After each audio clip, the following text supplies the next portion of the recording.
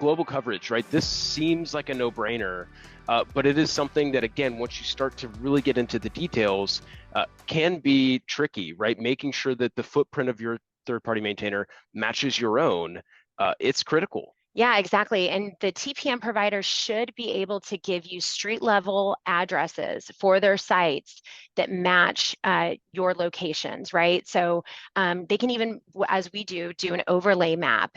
And what you want to look for is you want to make sure that those depots are within 2 hours drive time of your sites. If it's anything beyond that, there's no way they're going to make a 4-hour SLA, and even next business day could be troublesome.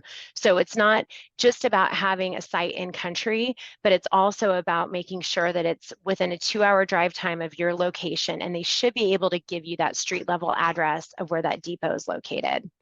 Absolutely. And, just something that comes to mind is a problem that we solved for one of your customers not too long ago in Canada, right? It's a vast country, to say the least. And when you've got gear deployed, from coast to coast in that country, just being in country with your depot is not good enough, especially when it comes down to a 4-hour SLA, like we like we discovered with your customer. I think that drive time piece is absolutely critical, because yeah, not only do you have to have the spare there, but you've got to be able to get it there and be able to get it there within that agreed upon time. So again, it sounds very intuitive, but once you start to get into the details, especially in a place like the United States or Canada, these vast geographic areas, you really got to be close and you got to be willing to prove it.